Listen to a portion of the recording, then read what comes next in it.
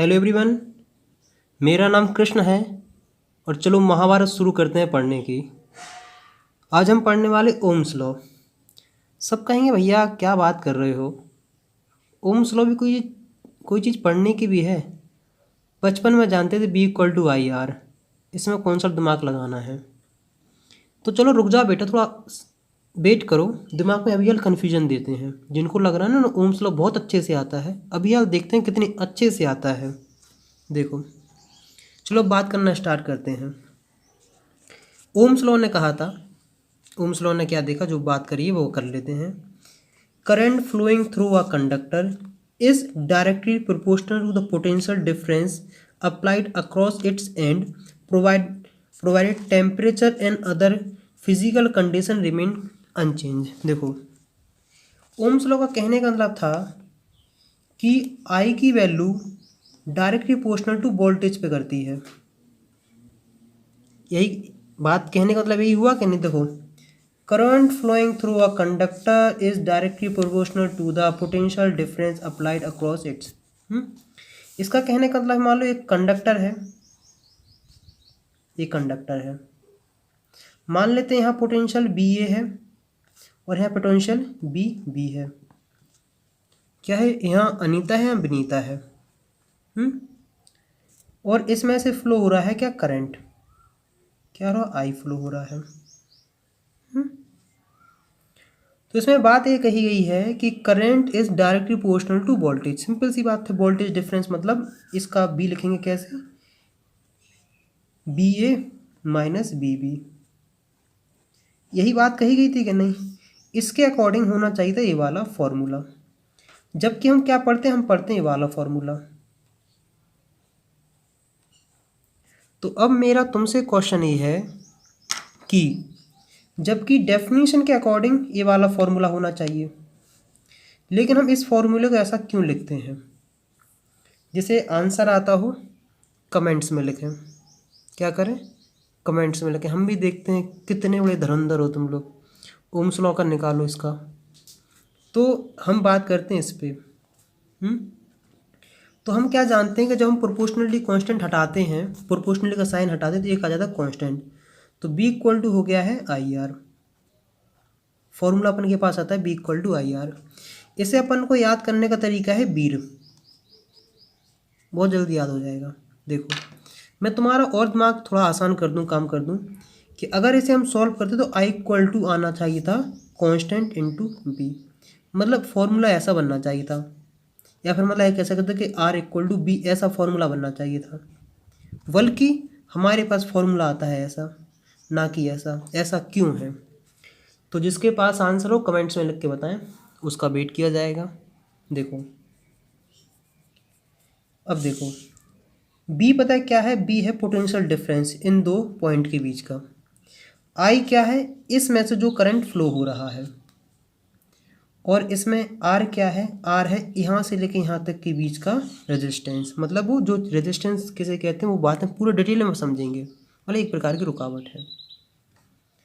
तो R जो कहीं कहीं तुम्हें देखने को मिलेगा, इसे बोलते हैं प्रोपोर्शनलिटी कांस्टेंट। इसी का नाम चल के हम लोगों ने क्या रख दिया, रेजिस्टेंस। इसी देखो प्रोपोर्शनलिटी कांस्टेंट हम कितने बोलते रहेंगे, इसलिए इसका एक अलग से नाम रख दिया गया, जिसका नाम रखा गया R। इसे बोलते हैं रेजिस्टेंस ऑफ द कंडक्टर। अगर तुमने पढ़ा होगा कि R की वैल्यू B पे और I पे डिपेंड नहीं करती है। R की जो जो कांस्टेंट होते हैं प्रोपोर्शनली कांस्टेंट, उनकी जनरली वैल्यू डिपेंड करती है क्या, उस समय की मतलब सिचुएशन पे, या फिर डिपेंड करती है कि आखिरकार उस मटेरियल पे। मतलब ये बात कर सकते हैं कि डिपेंड करती है मटेरियल पर। किसी भी डिपेंड करती है मटेरियल पे आखिरकार। और डिपेंड करती है मटेरियल में, क्या क्या डिपेंड करेगी कि आखिरकार मटेरियल कौन सी, उसका नेचर क्या है। डिपेंड करती है कि आखिरकार उस जो ले रहे हो वायर, उसकी लेंथ क्या है। और डिपेंड करती है कि इसका क्रॉस सेक्शन एरिया क्या है। क्या है, क्रॉस सेक्शन एरिया, मतलब आखिरकार इसका कितना डायमीटर है। और डिपेंड करती है टेम्परेचर पर, और दूसरी भी चीज़ें हैं। मतलब जो प्रोपोर्शनलिटी कांस्टेंट होती है वो जनरली डिपेंड करती है मटेरियल पे, जो उस मटेरियल है मीडियम पे। इतनी बात हम लोगों ने जान ली है। तो हम ओम्स लॉ के अकॉर्डिंग क्या जानते हैं कि बी इक्वल टू हो गया आई आर, काम खत्म। तो आर इक्वल टू क्या हो गया, बी अपॉन आई। खुश हो के नहीं? मुझे उम्मीद है कि यहाँ तक तुम्हें काफ़ी आसान तरीके से समझ में आ गया होगा। अब हम क्या करते हैं, हम बनाते हैं ग्राफ। ग्राफ ये रहा है, ग्राफ है इस तरीके का। यहाँ लेते हैं हम करंट आई और यहाँ लेते हैं हम वोल्टेज। क्या लेते हैं, यहाँ लेते हैं वोल्टेज। तो यहाँ जो तुम ग्राफ देखने को मिलेगा, तो ग्राफ देखने को मिलता है ऐसा स्ट्रेट, और इसी ग्राफ से रिलेटेड बहुत सारे क्वेश्चन पूछे जाते हैं। घबराओ नहीं, सारे क्वेश्चन कराएंगे। क्या कराते हैं, सारे क्वेश्चन। देखो जैसे हम क्या मान लेते हैं, हम 2 पॉइंट मान लेते हैं, ए पॉइंट और बी पॉइंट। यहाँ लिखते हैं 1 2 3 और 4। 1 2 3 और 4। कन्फर्म है कि नहीं? इतनी बात तो तुम्हें आराम से समझ में आ जानी चाहिए। तो इसका पॉइंट होगा 1,1 और इसका कॉमा होगा 3,3। तो यहाँ ये कोई थीटा भी होगा। क्या होगा, थीटा होगा। तो हम क्या मान के चलते हैं कि इसको इतना मान लेते हैं ट्रायंगल, वो भी हम बात बताते हैं। ये ट्रायंगल मान लेते हैं, ट्रायंगल। तो tan थीटा क्या होता है, पढ़ बेटा पढ़, हार्ड हार्ड बुक। परपेंडिकुलर, देखो थीटा के जस्ट सामने वाला परपेंडिकुलर होता है, तो परपेंडिकुलर क्या है, आई है, और अपॉन बेस, बेस क्या है, बी है। तो tan थीटा की वैल्यू आ रही है आई अपॉन बी। समझ में आया कि नहीं? और आई अपॉन बी होता है 1 अपॉन आर के बराबर। तो हम क्या कह सकते हैं कि tan थीटा इक्वल टू है 1 अपॉन आर के बराबर। तो थीटा इक्वल टू हो क्या है, tan इनवर्स 1 अपॉन आर। सीधा सिंपल सा कहने का मतलब ये है कि जो tan थीटा दे रहा है वो 1 अपॉन आर मतलब स्लोप की वैल्यू दे रहा है। तो मुझे देखो, या फिर तुम इसको लिख सकते हो कि tan थीटा को cot थीटा भी लिख सकते हैं, 1 अपॉन cot थीटा, तो इसे आर हो सकता है। इस तरीके से भी लिख सकते हैं। इस बात में हमेशा याद रखना, अगर ग्राफ बना है आई और बी का, क्योंकि क्या कहा जा रहा है कि एक्सपेरिमेंटल है ना, कि I is directly proportional to B.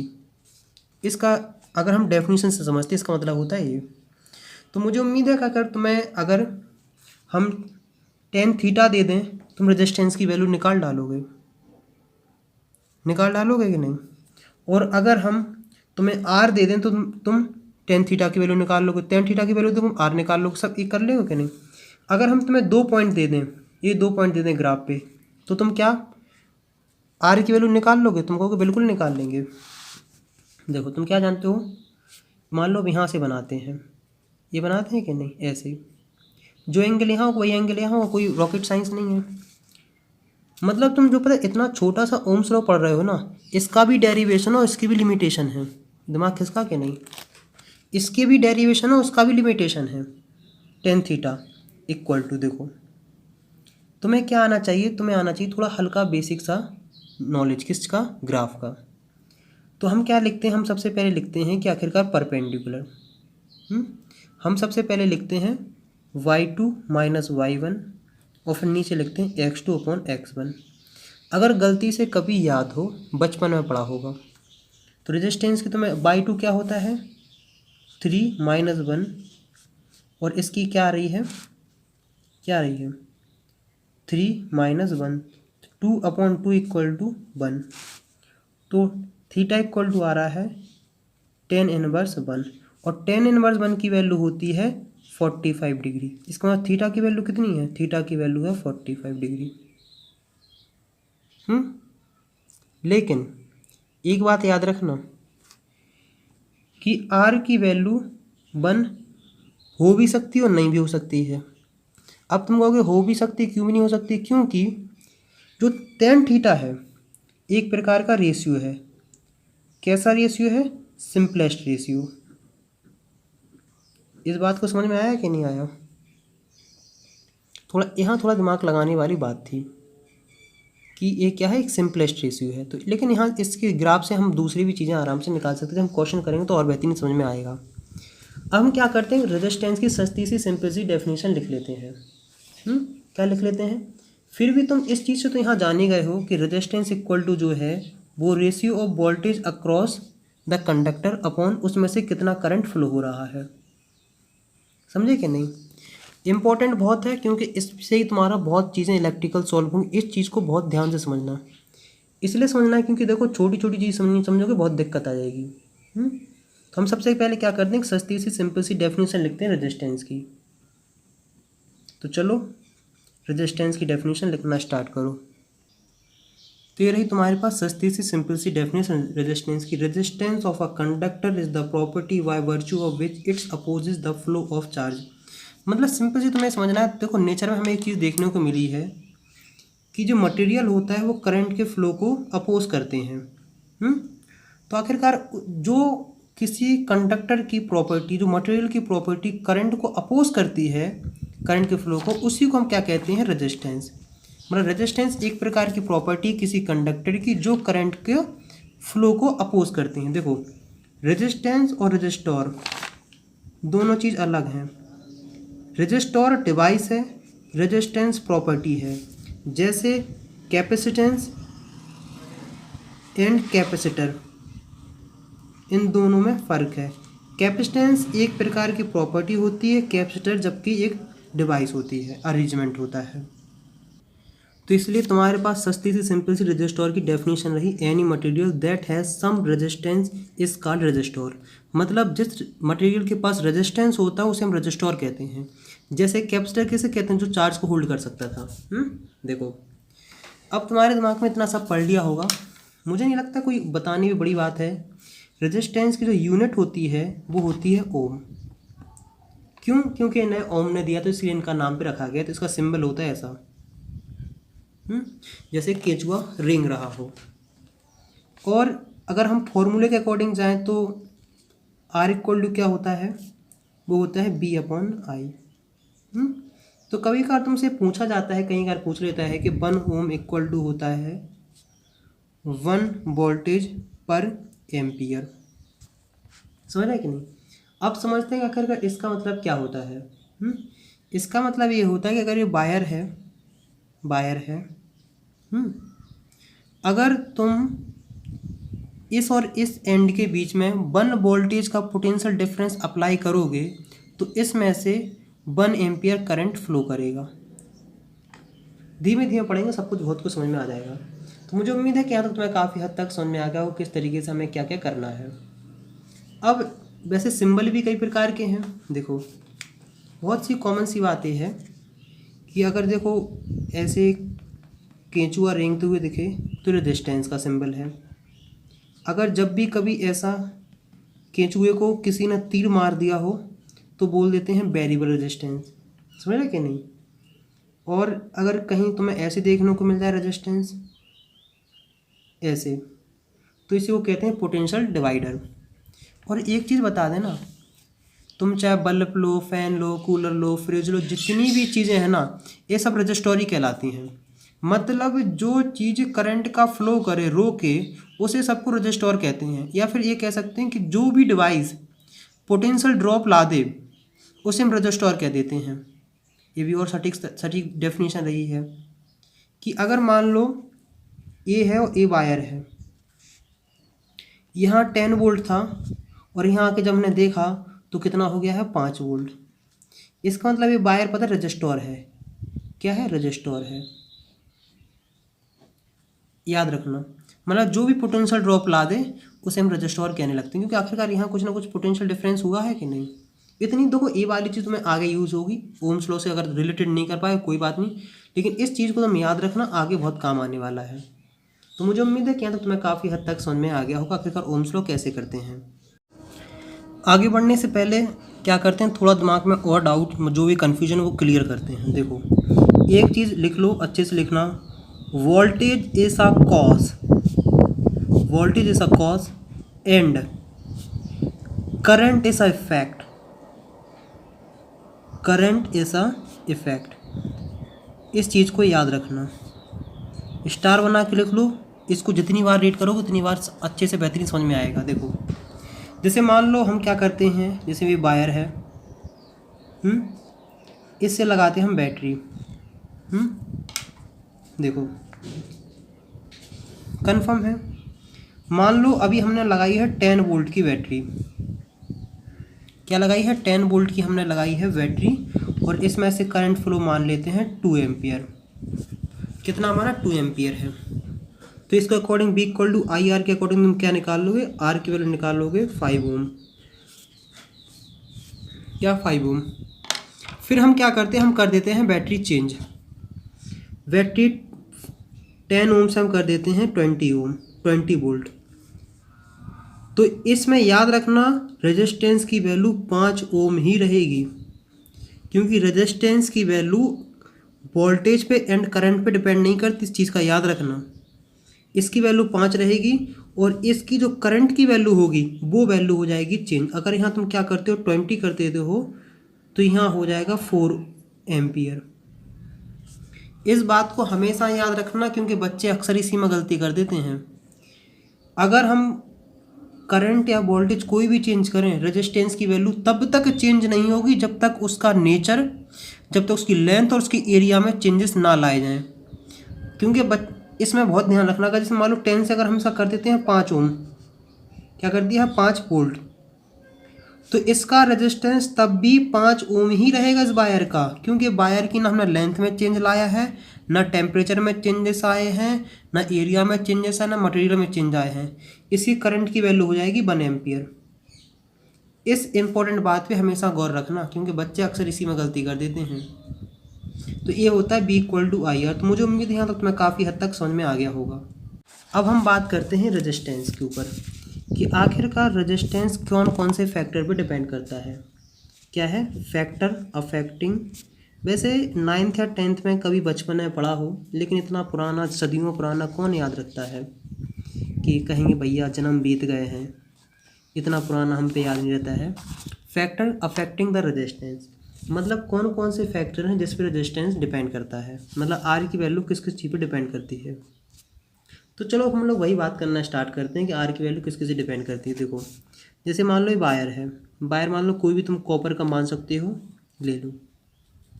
इसकी कुछ ना कुछ मोटाई होगी, मतलब इसका कुछ ना कुछ क्रॉस सेक्शन एरिया होगा, और इसकी कुछ ना कुछ लेंथ होगी, और ये वायर किसी ना किसी चीज़ का तो बना होगा ना। जैसे मान लेते हैं कॉपर का बना हो, गोल्ड का बना हो, सिल्वर का, किसी ना किसी चीज़ का वायर बना हुआ होगा ना, आयरन का, किसी मटेरियल तो कुछ ना कुछ इन्वॉल्व हुआ होगा ना। इतना हो गया है। देखो आर की वैल्यू डिपेंड करती है लेंथ पे, डायरेक्टली प्रोपोर्शनल टू। क्या करती है? डायरेक्टली प्रोपोर्शनल, पहला फैक्टर। दूसरा फैक्टर है कि आर की वैल्यू डिपेंड करती है एरिया पे। क्या हो गई? एरिया पे।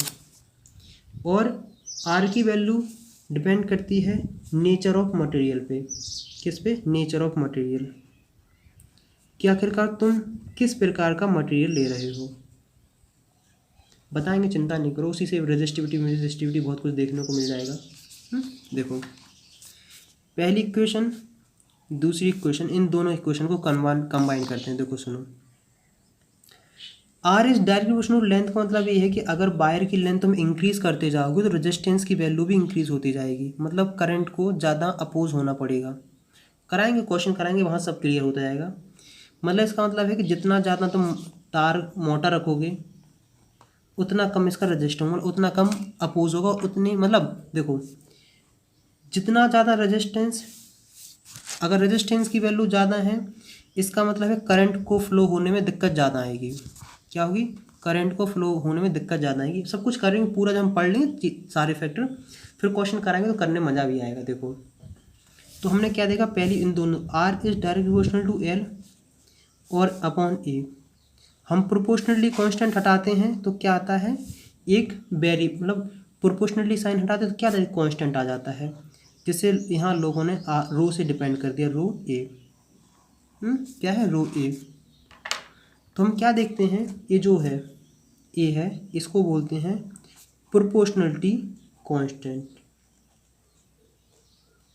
प्रोपोर्शनलिटी कांस्टेंट, या फिर बोल सकते हैं कांस्टेंट ऑफ प्रोपोर्शनलिटी, जिसका नाम रखा गया था रेजिस्टिविटी। क्या नाम रखा गया था? रेजिस्टिविटी। या फिर इसी को क्या बोलते हैं? Specific resistance of the conductor. इसी का अगर दूसरा नाम, तीसरा नाम रखते हैं तो वो रखते हैं स्पेसिफिक रेजिस्टेंस। जितने भी तुम नाम रखते जाओ, बहुत कुछ नाम रख सकते हो, नहीं बहुत कुछ कैसे रख सकते हो, अपनी घर की खेती थोड़ी है। देखो स्पेक्स रेजिस्टेंस, और इसकी वैल्यू नहीं, इसकी डिपेंड करता है किस पे? मटेरियल पर। इसकी वैल्यू डिपेंड करती है किस पे? मटेरियल पे, मटेरियल पे, और आखिरकार समय उस समय का टेम्परेचर पर एंड प्रेशर पर, प्रेशर पर। लेकिन इसकी वैल्यू मटेरियल और टेम्परेचर डिपेंड करती है, लेकिन इसकी शेप एंड साइज पे इसकी वैल्यू डिपेंड नहीं करती है।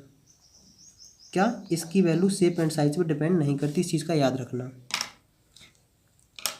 अब हम इसी चीज़ को और अच्छे से पढ़ना स्टार्ट करते हैं। तो हमारे पास फॉर्मूला आ गया है R equal to rho L upon A. इसको मैंने याद ऐसे किया था, कैसे?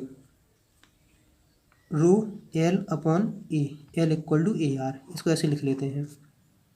मुझे ये चीज़ आसानी से याद नहीं, अगर मैं कोई चीज़ डिनोमिनेटर में ला दूँ तो मुझे याद करने में बड़ी दिक्कत होती थी, तो मैं हर किसी को एक लाइन में लाता था।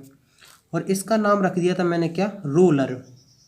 क्या नाम रख दिया था इसका? हमने याद कर लिया था रोलर। इसको बोलते हैं रो LAR, रोलर। तो याद करने में ज़्यादा रहा, और मैंने एक पहली बार ही फॉर्मूला याद किया तो पहली बार मुझे याद रहा था। मैं पता उल्टा चलता था, मैं फॉर्मूला याद करता था फिर इन कंडीशन पे जाता था। जैसे मान लो मैंने फॉर्मूला याद कर लिया है तो मैं देखता था R is equal to rho L upon A, तो मैं ऐसे बनाता था formula, R is direct proportional to L, R is inverse proportional to area, और R की वैल्यू डिपेंड करती है मटेरियल पर। मैं इस तरीके से उल्टी चलता था, तो फॉर्मूला याद रहे ना तो बाकी चीज़ें अपने आप याद हो जाती थी। अब मैं समझाऊंगा कि इन सब का तुम्हें क्या क्या देखने को मतलब मिलेगा। तो मुझे अब अगर कोई पूछ रहा हो कि भैया जो रेजिस्टिविटी है उसकी कुछ ना कुछ यूनिट होगी, मैं कहूँगा बेटा होगी, बिल्कुल होगी, घबराना नहीं है।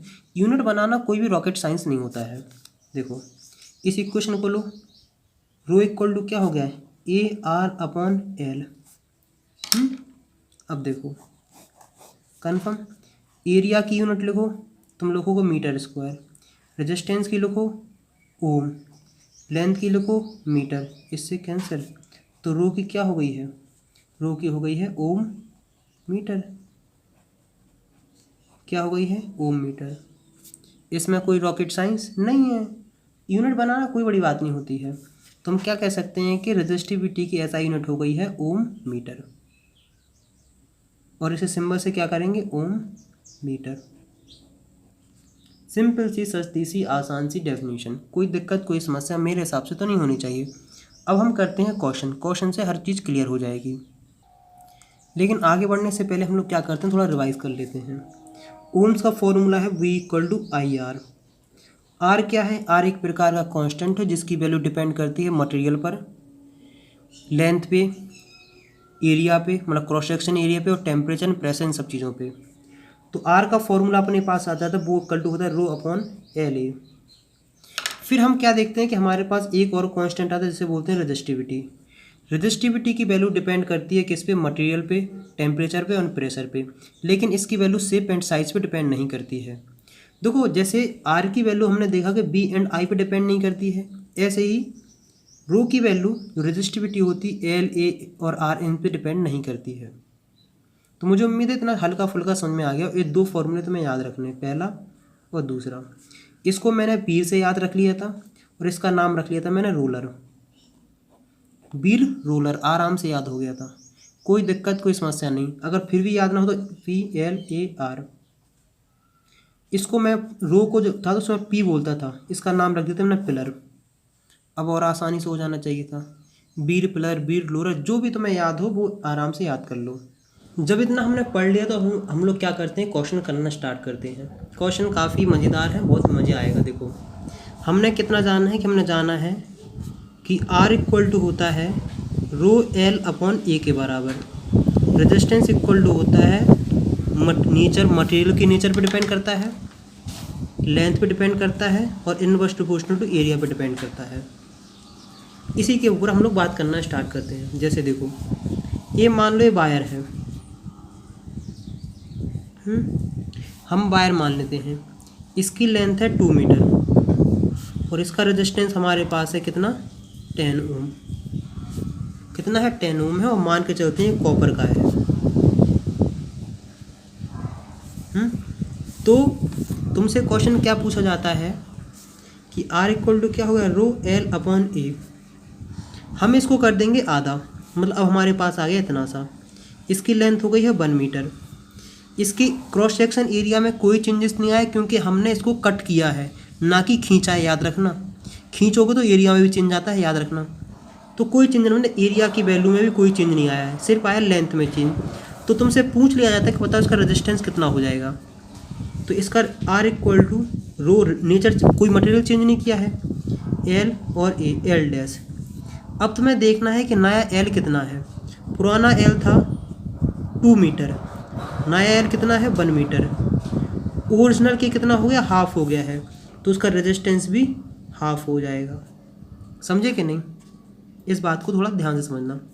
अगर हम क्या करते, इसकी लेंथ हम खींच के, हम अगर खींचनी नहीं है, अगर मान लो एक वायर और अटैच कर देते, ये 2 मीटर थी, इसमें 1 मीटर जोड़ दिया तो पूरी लेंथ हो गई है 3 मीटर।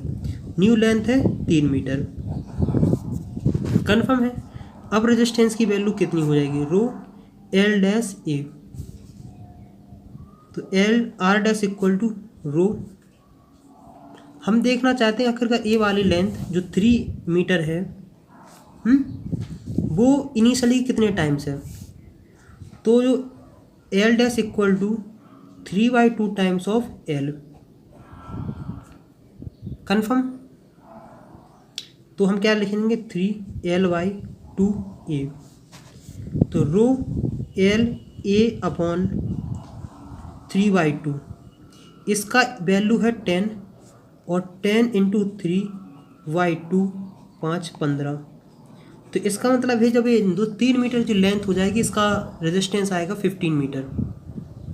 कन्फर्म है। देखो सारे क्वेश्चन कराएंगे, लोग घबराना नहीं है, बिल्कुल आराम से करेंगे, सब कुछ करेंगे। अब मान के चलते हैं इसे R equal to rho L upon A. देखो मतलब अगर तुम वायर की लेंथ लंबी लेते जाओगे तो क्या देखने को मिलेगा, उसका रेजिस्टेंस भी इंक्रीज़ हो जाएगा। और रेजिस्टेंस इंक्रीज़ होता तो बहुत सारी परेशानी आती, क्योंकि जूल हीटिंग इफेक्ट में मतलब जो इलेक्ट्रिकल एनर्जी होती है हीट के फॉर्म में कन्वर्ट होने लगती है। तो इसलिए रेजिस्टेंस कम से कम किया जाता है ताकि लॉसेस कम हो। देखो क्वेश्चन करते हैं इस तरीके का, जैसे मान लो वायर है, मान लो अपन ने वायर ले लिया है, इसका एरिया था 1 मीटर स्क्वायर। मतलब बहुत ज़्यादा होता है, 1 मीटर स्क्वायर बहुत ज़्यादा होता है, तो फिर अपन ने मान लिया है। देखो अब एक इम्पोर्टेंट तुम्हें बात ये याद रखनी है कि जो एरिया है ना, एक क्रॉस सेक्शन एरिया है, क्रॉस सेक्शन एरिया है। जैसे अगर वायर सिलेंडर टाइप का है तो इसका एरिया होगा πr²। समझे कि नहीं। और कभी कभार वायर कभी ऐसे भी दे देते हैं कि रॉड तुम्हारे पास इस टाइप की है, इस टाइप की, देखो क्यों किस फॉर्म में है, फॉर्म है उसका रेक्टेंगल टाइप की। तो तब अगर तुमसे एरिया पूछा जाए तो बच्चे अक्सर क्या πr² लगा के चले जाते हैं। नहीं, ये जो बन रहा है ना, ये इतना, मतलब जो तुम्हें स्क्वायर से दिख रहा है ना, ये वाला स्क्वायर, इसका एरिया होगा। तो स्क्वायर का एरिया क्या होता है, इतनी, मतलब x का स्क्वायर, एरिया क्या होगा x²। इस बात का बहुत ध्यान रखना, क्योंकि जैसा ये वायर लोगे ना वैसा तुम्हें फॉर्म देखनी पड़ेगी। यूनिफॉर्म वायर ले रहे हैं, क्योंकि नॉन यूनिफॉर्म मतलब बहुत वैरायटी, इतनी वैरायटी तुम क्वेश्चन करते करते थक जाओगे। तो हम क्या मान के चलते हैं कि हमने मटेरियल वही लिया है, इसकी लेंथ में हमने कोई चेंजेस नहीं लाए हैं, और हम क्या कर देते हैं कि इसका एरिया हाफ कर देते हैं। क्या कर देते हैं, इसका एरिया कर देते हैं हाफ। मतलब एरिया हाफ करने का मतलब क्या होगा, मतलब कि अगर मतलब वायर ऐसा है तो हम क्या करेंगे, उसको ऐसे बीच से ऐसे काट देंगे तो एरिया हाफ हो जाएगा। तो हम क्या देखते हैं कि इसका रेजिस्टेंस कितना हो जाएगा। अगर देखो रेजिस्टेंस इसका होगा R L upon A by two, initial का हाफ हुआ है, तो जो रेजिस्टेंस आएगा वो जितना पहले था उसका ट्वाइस हो जाएगा। कितना हो जाएगा, ट्वाइस हो जाएगा। इसका मतलब ये है कि अगर तुम वायर पतला लोगे तो रेजिस्टेंस इंक्रीज हो जाएगा, मतलब वायर पतला नहीं लिया जाता तो वायर लिया जाता है मोटा। बहुत इंटरेस्टिंग चैप्टर है ये। तो तुम एक चीज़ याद रखना कि रेजिस्टेंस लेंथ बढ़ाने पे बढ़ता है और एरिया घटाने पे रेजिस्टेंस बढ़ता है। इन दो फैक्टर को ध्यान में रखते हुए हम वायर बनाते हैं, हर पूरा सिस्टम करते हैं, क्योंकि रेजिस्टेंस इतना तीन तो चीज़ें हैं, R L and C, resistance, inductor और कैपेसिटेंस। इन्हीं के ऊपर पूरी चल जाती है यार, तुम्हें परेशान होने की ज़रूरत नहीं है। इतना हो गया है। अगर हम मान के चलते कि हम इसका एरिया डबल कर देते तो आर डैश की वैल्यू होती है रो एल 2a। एरिया हमने क्या किया, डबल किया है, तो रेजिस्टेंस भी इसका हाफ हो जाता। आसान बात है, कोई कठिन नहीं है। अब हम करने वाले हैं ऐसा क्वेश्चन कि जिसमें हम वायर को खींचेंगे। जैसे देखो ये वायर है, क्या है, वायर है, ये 1 मीटर का है, 1 मीटर का वायर है। बेटा अगर इसे तुम खींचोगे तो इसका एरिया ऐसे पतला नहीं हो जाएगा। ये मान लो अगर तुम कोई रॉड खींचते हो तो उसका एरिया पतला होता, मतलब एरिया पतला हो जाता। अगर लंबाई करोगे तो एरिया पतला होता जाएगा।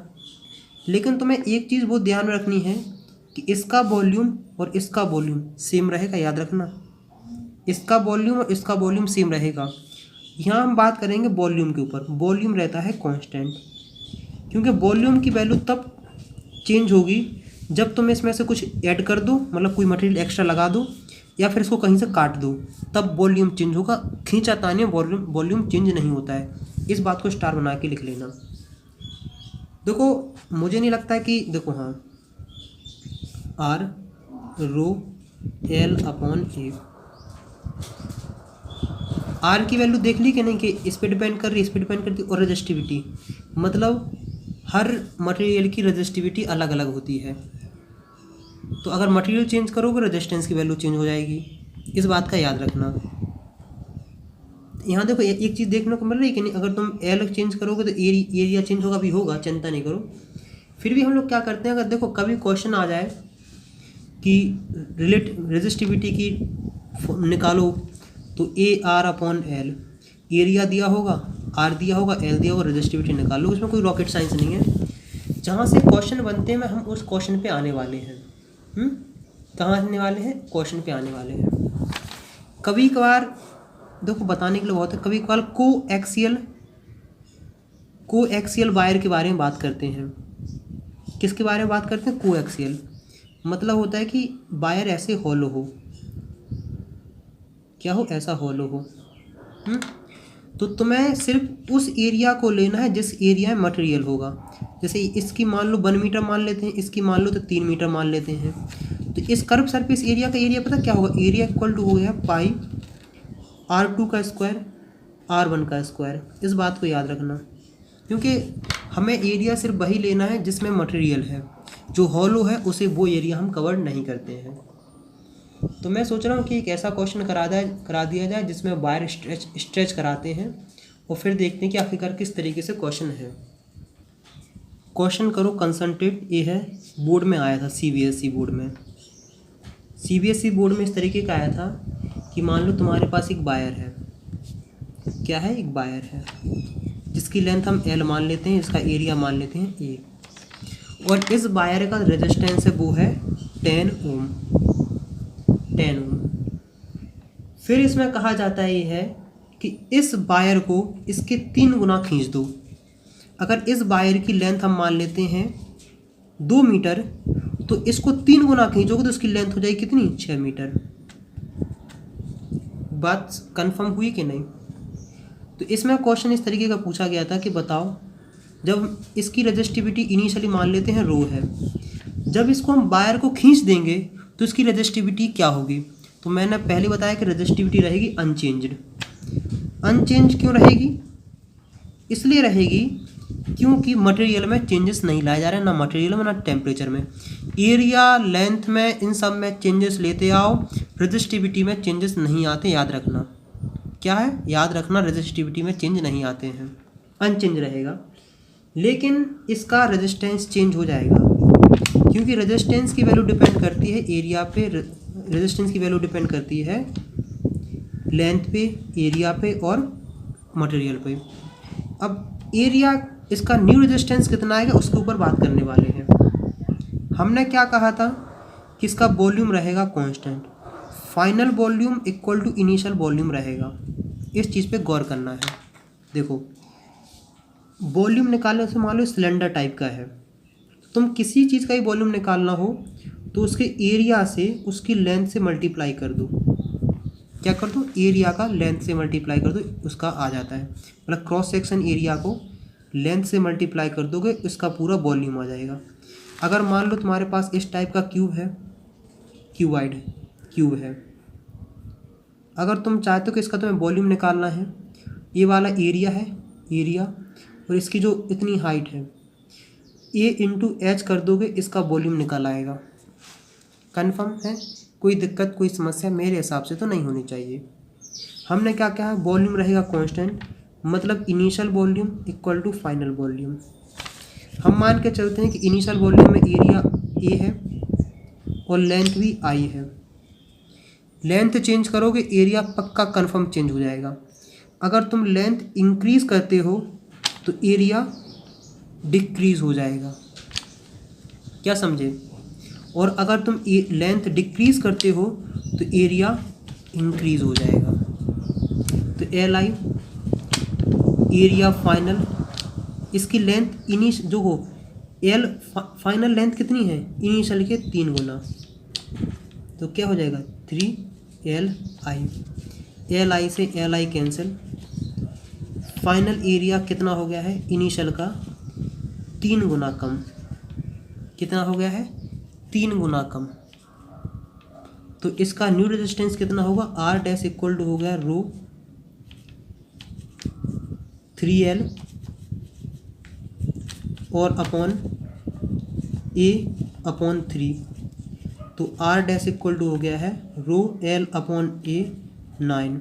मतलब जो इसका जो एरिया आएगा, जो फाइनल रेजिस्टेंस आ रहा है ना, वो इनिशियल के 9 गुना ज़्यादा हो जाएगा। कितना हो जाएगा, 9 गुना। अगर इसका इनिशियल 10 ओम था तो इस वायर का रेजिस्टेंस हो जाएगा 90 ओम, मतलब 9 गुना इंक्रीज होता है। इस बात का याद रखना। तो मतलब अभी तक हम सिंपल से इतनी सी बात पढ़ चुके हैं कि हमने देखा कि आर डैश की वैल्यू आ रही 9 टाइम्स ऑफ आर। हमने यहाँ क्या बोला है कि यहाँ लगेगा वॉल्यूम कांस्टेंट। अब तुम्हारे दिमाग में सबसे पहले क्वेश्चन आना चाहिए अच्छे बच्चों की तरह कि आखिरकार ये वॉल्यूम कांस्टेंट किस वजह से हो रहा है, मतलब इसके पीछे का रीज़न क्या है, इसके पीछे का कौन सा लॉ लग रहा है, क्या है। आखिरकार AI equal to LI equal to AF LF कैसे हो रहा है, मतलब कोई तो लॉजिक होना चाहिए, कोई तो नियम होना चाहिए, कोई तो कायदा होना चाहिए। तो यहाँ वो लगता है कंजर्वेशन ऑफ मास। क्या लगता है, कंजर्वेशन ऑफ मास। और मास में ये कहा जाता है कि फाइनल मास इनिशियल मास के बराबर रहेगा जब तक उसमें कुछ ऐड या घटाया ना जाए। तो देखो, मास इक्वल टू क्या होता है, वो होता है वॉल्यूम इनटू डेंसिटी। क्या होता है, वॉल्यूम इनटू डेंसिटी। तो देखो, इनिशियली वॉल्यूम इसका क्या होगा, AI LI, डेंसिटी तो उसकी हम ले लेते हैं, डेंसिटी D, इसकी D रही है, फिर AF LF और डेंसिटी D दोनों कैंसिल हो जाते हैं, इसलिए हम बोलने लगते हैं कि initial volume equal to final volume.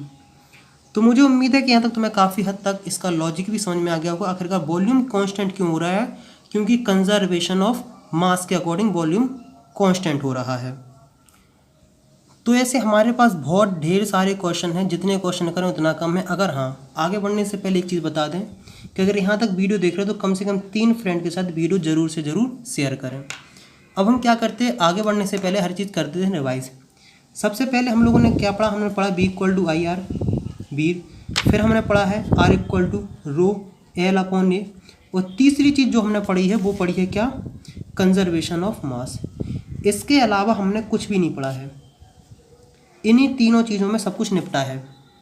देखो बेटा, मैं किसी को आलसी नहीं बनाता हूँ। मैं चाहता हूँ कि वो बच्चे, देखो तुम क्वेश्चन करोगे तुम्हें समझ में आएगा। मैं 1000 क्वेश्चन करा दूंगा तब भी कोई फ़र्क नहीं पड़ने वाला है। सिंपल सा लॉजिक देखो, कॉन्सेप्ट पढ़ो और क्वेश्चन लगाना स्टार्ट कर दो। अगर मुझे वो सबसे ख़राब टीचर लगते हैं जो लोग क्वेश्चन पे क्वेश्चन लगवाते रहते हैं, बच्चे फिर भी घंटा कुछ नहीं कर पाते हैं। बच्चे को सब्जी बना के ना दो, सब्जी बनाना सिखाओ। मछली पकड़ के ना दो, मछली पकड़ना सिखाओ। क्वेश्चन उन्हें कराओ नहीं, उन्हें से क्वेश्चन करवाओ कि आखिरकार कैसे क्वेश्चन करना है। तो मुझे उम्मीद है कि आप ये बात मानेंगे, आप क्वेश्चन खुद करना स्टार्ट करेंगे। और कोई भी डाउट्स, कोई भी समस्या किसी भी टॉपिक से रिलेटेड हो, मतलब पढ़ाई मन नहीं लगता, कुछ भी हो कमेंट्स में लिखें, आंसर सबको दिए जाएंगे।